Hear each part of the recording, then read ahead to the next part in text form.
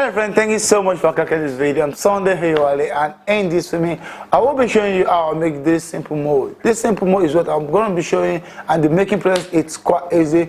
No sophisticated machine used in the making of this at all. All you need to make this is just to get your premolded saw and to get your leather and a shoe mold. The shoe mold is all you need to just form this to shape and size, and that is all. Making this is quite easy. That's why I decided to share this with you so you can be able to make this at the angle of your own. I'm Sunday, you come with me to see how I'll be doing this step by step. Coming up.